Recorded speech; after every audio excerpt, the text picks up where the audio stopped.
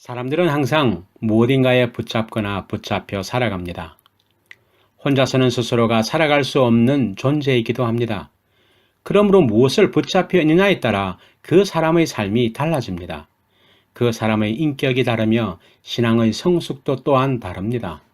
따라서 어떤 이는 지식과 물질, 권력에 붙잡힌 사람이 있고 어떤 이는 인기와 명예를 쫓고 붙잡기도 합니다.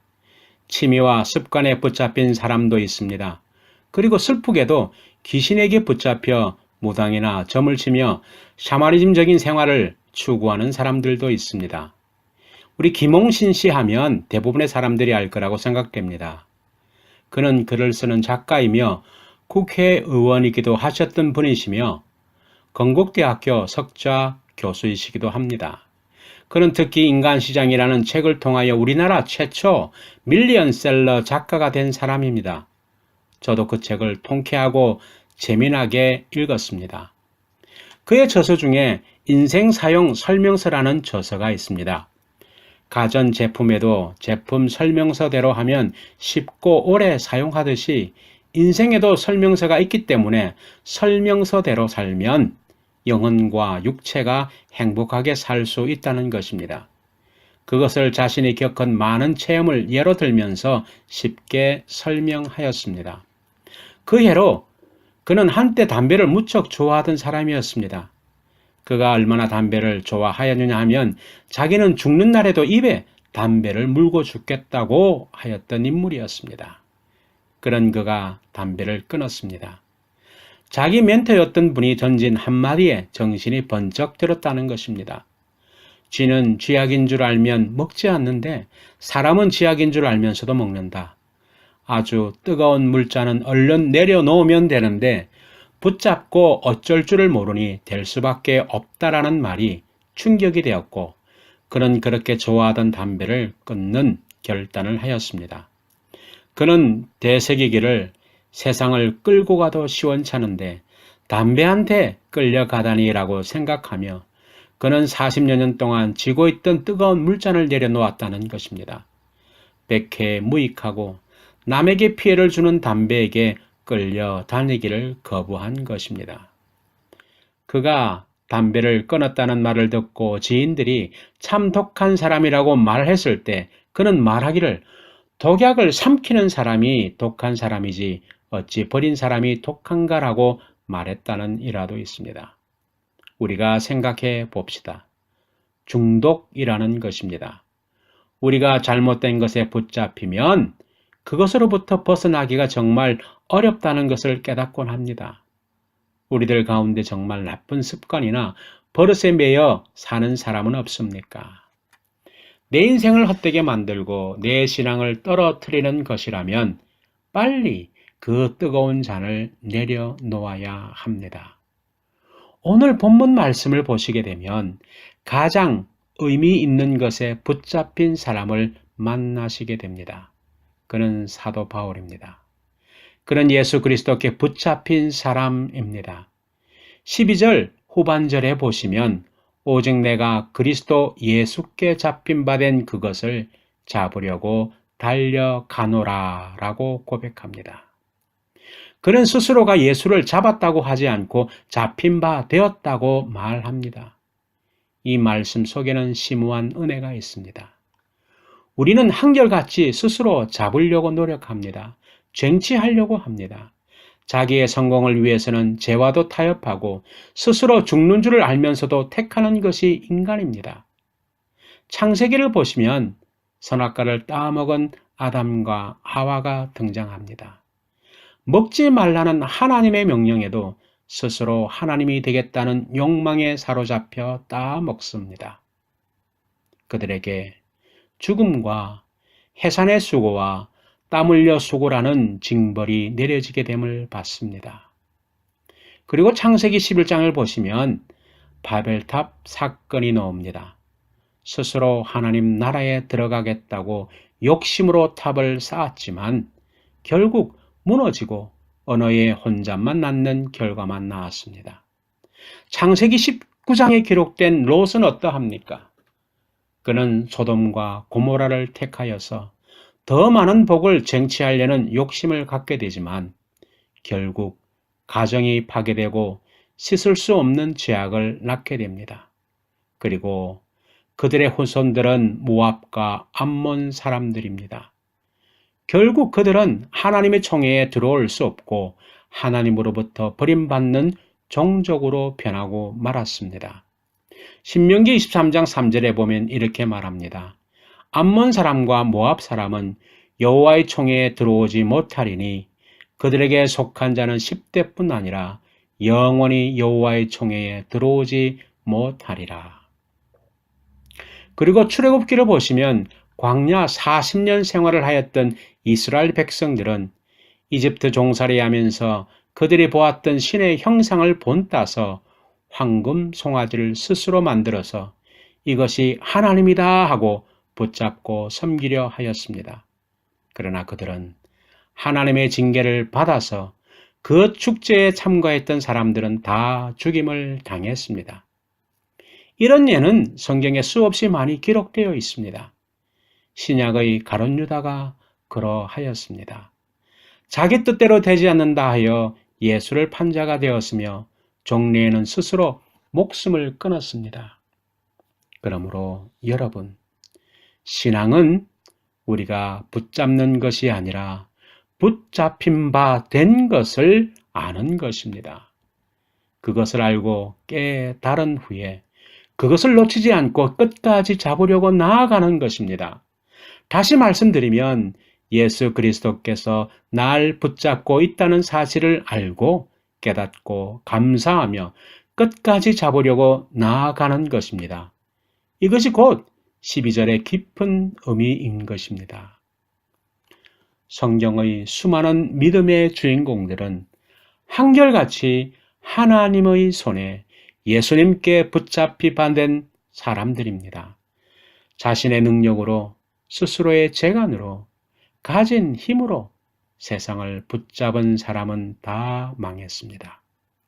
그러나 하나님을 붙잡은 사람들은 승리하는 인생을 살았습니다. 세상의 주도권은 사람에게 있는 것 같으나 다 망하였으며 세상의 주도권은 하나님에 의해 하나님의 사람을 통해서 역사는 이루어지고 있습니다. 우리나라만 보더라도 대한민국 건국에 이바지하였던 수많은 사람들 중에 대부분이 크리스찬이었습니다. 리더자들은 그리스도인들이었습니다. 백범 김구가 그러하였으며 도산 안창호가 그러하였으며 초대 대통령이었던 이승만 박사도 그러하였습니다. 3.1절 운동의 선봉이었던 이관순 여사도 그러하였으며 그리고 독립선언문을 제작한 33인 중에 3분의 2가 그리스도인이었습니다. 근데 그들을 가만히 살펴보시면 붙잡힌 자들의 특성이 있는 것을 보게 됩니다. 예수님께서는 그들을 가만히 붙잡고 있지 않는다는 것입니다. 성령을 통해서 붙잡힌 자들을 깨닫게 하시고 움직이게 하십니다. 사도 바울과 예수님의 제자들을 보시기 바랍니다. 하나님의 손에 붙잡혔던 구약의 믿음의 사람들도 아브라함도 모세도 여호수아도 다니엘도 다윗도 무작정 붙잡혀 있는 사람들이 아니었습니다. 우리들의 역사를 보더라도 그렇습니다. 그들의 인생이 바뀌었으며 삶의 가치가 바뀐 것을 보게 됩니다. 꿈과 목표가 달라집니다.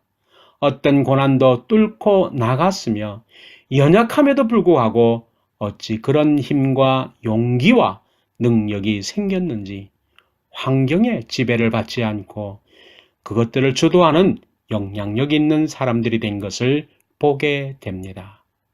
그러나 오늘날 스스로에게 자문해 보십시다. 수많은 크리스찬이 있음에도 불구하고 왜 능력 없이 살아가고 있느냐는 것입니다. 손가락질 받습니다. 한마디로 수치를 당하고 있습니다. 그런 수모를 당함에도 불구하고 같이 어울려서 희희낙낙거립니다. 가슴이 아픕니다. 붙잡히긴 했는데 무엇을 위해 붙잡혔는지에 대한 목표가 없습니다. 우리나라의 과거를 보십시다. 일제 때는 나라 잃은 서름에서 나라를 되찾으려는 목표가 있었습니다. 6.25 전쟁 후로는 전쟁으로 나라가 황폐되어져 다시 나라를 재건하려는 목표를 가집니다. 가난한 나라에서 경제를 회복하려는 목표를 가지고 있었습니다.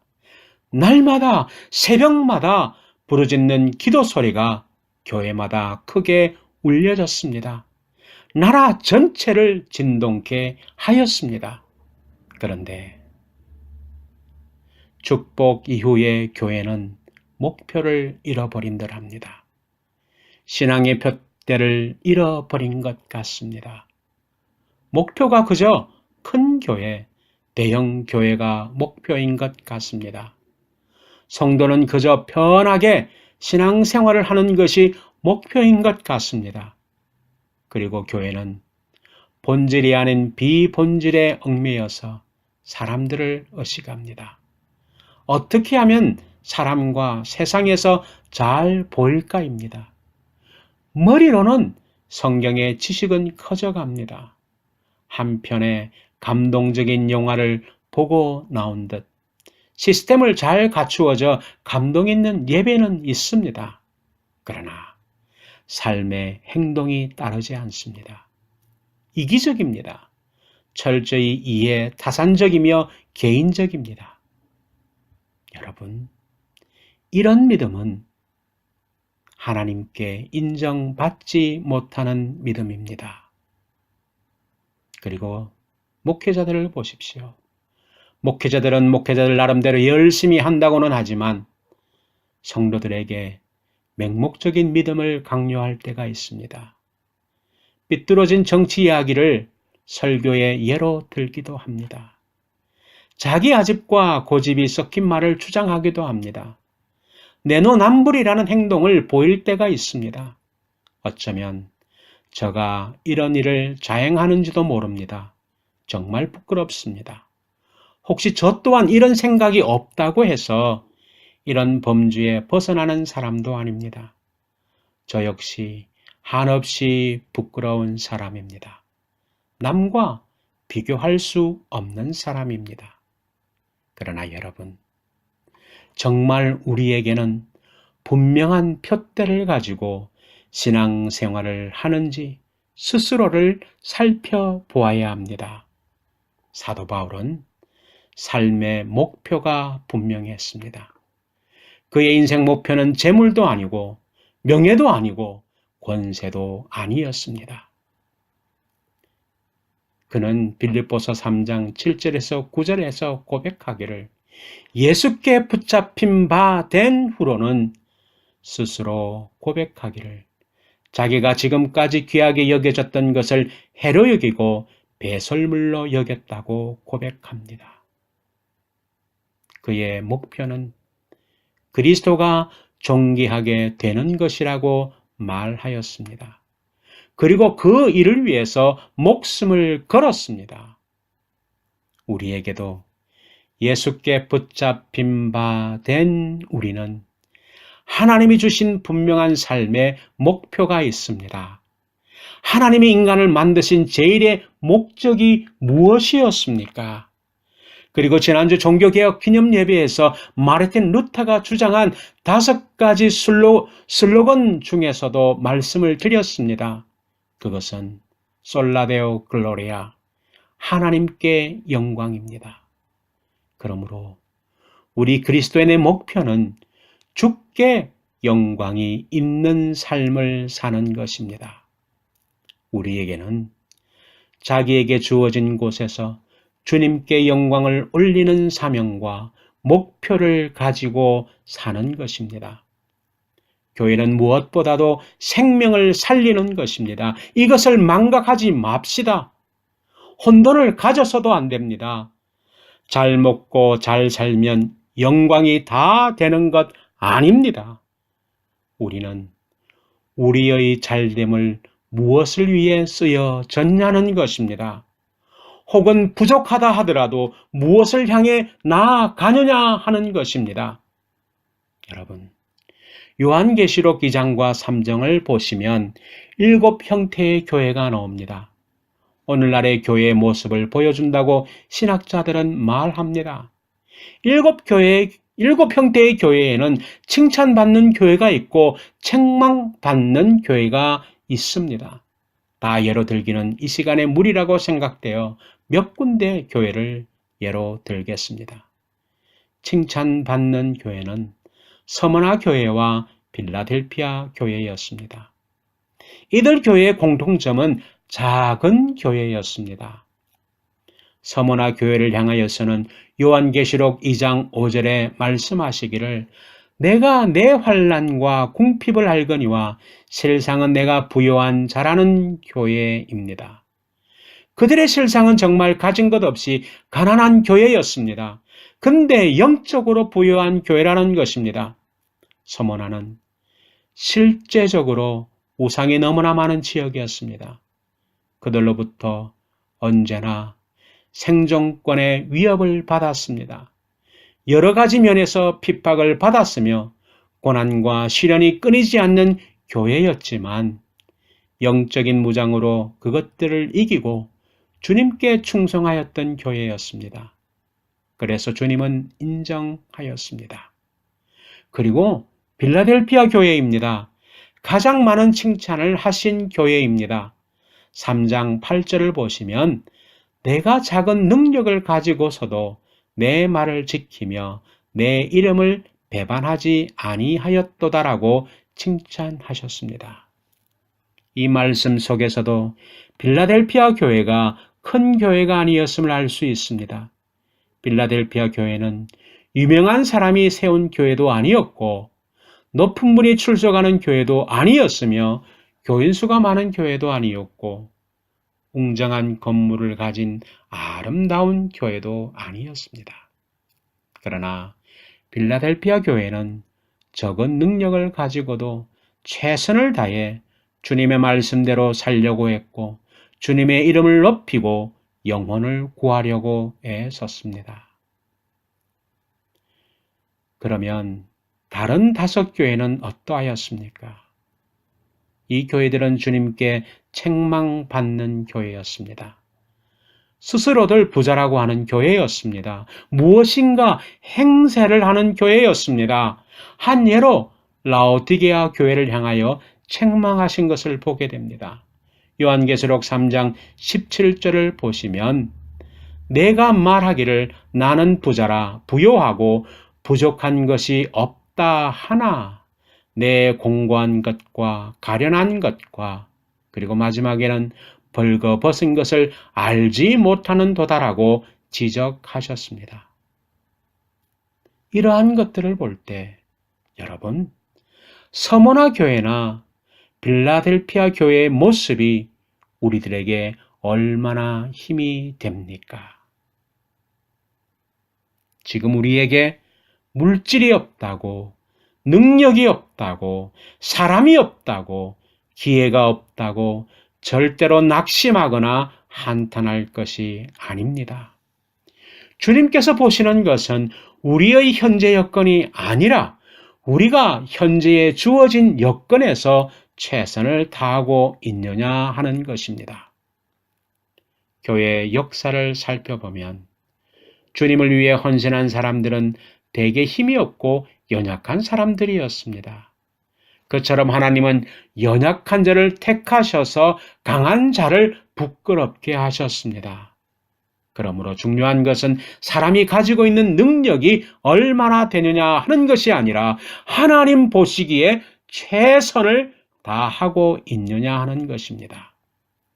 우리는 나의 여건과 능력을 바라보지 말고 주님 안에 있는 나의 모습이 어떤지를 살피시고 주님께서 나를 향한 기대를 생각하며 최선을 다해 살아갈 때 우리는 주님의 칭찬받는 성도와 교회가 될 수 있을 것입니다. 그리고 둘째는 겸손에 있습니다. 본문 13절입니다. 형제들아 나는 아직 내가 잡은 줄로 여기지 아니하고 오직 한 일, 즉 뒤에 있는 것은 잊어버리고 앞에 있는 것을 잡으려고 라고 말씀하고 있습니다. 사도 바울은 많은 것을 이루었지만 이미 얻었다고 이루었다고 교만하지 않습니다. 오히려 앞에 있는 것을 잡으려고 푯대를 향하여 나아간다고 14절에 고백합니다. 그는 결코 교만하지 않고 그리스도 안에서 부르신 부름의 상을 위하여 달려간다고 선언합니다. 그러나 우리는 조그마한 일을 하고도 자랑하려고 애를 쓰는 모습을 봅니다. 겸손의 본을 받아 예수님만 드러내는 성도들이 되어야겠습니다. 바울은 끝까지 믿음을 지키고 부르심의 소명을 다하려고 최선을 다하였던 사도였습니다. 오직 하늘의 면류관만을 소망하며 뒤의 것을 보지 않고 열심히 달려갔던 사람입니다. 이러한 소명과 사명과 목표를 가지고 달려갈 때 약속하신 말씀이 있습니다. 빌립보서 4장 19절 말씀입니다. 나의 하나님이 그리스도 예수 안에서 영광 가운데 그 풍성한 대로 너희 모든 쓸 것을 채우시리라고 하셨습니다. 사랑하는 뉴카슬 열린 교회 성도 여러분, 우리는 살아가는데 두려움과 어려움이 있고 신앙생활 가운데서도 부딪히는 것도 많이 있습니다. 그래서 우리는 이것저것 붙들고 살려고 합니다. 그리고 혼자서는 살 수 없는 존재라는 것도 알고 있습니다. 그러나 우리가 명심할 것은 내 인생을 녹슬게 하고 무너뜨리게 하는 나쁜 것들을 우리는 과감히 버려야 합니다. 그리고 주님을 바라보시며 그 은혜를 우리는 알아가야 합니다. 우리는 우리 스스로가 주님을 붙들었던 자들이 아니라 주님의 은혜로 만세전부터 택하셔서 예수 그리스도를 통하여 우리를 구원케 하셨으며 우리를 성령으로 구원의 완성을 인도하고 계십니다. 그런 주님을 우리는 확실히 붙들고 살아가야 합니다. 소명과 사명 주심에 감사하며 그리스도의 영광의 푯대를 향하여 나아가는 성도와 뉴카슬 열린 교회가 되어야겠습니다. 현실은 두려움을 줍니다. 때론 우리는 넘어질 수는 있습니다. 그러나 성경은 아주 넘어지지 않는다고 말씀하고 있습니다. 그것은 주님께서 그의 손으로 우리들을 붙들고 계시기 때문이라고 시편 37편 24절에 말씀하고 있습니다. 그는 넘어지나 아주 엎드러지지 아니하면 여호와께서 그의 손으로 붙드심이로다.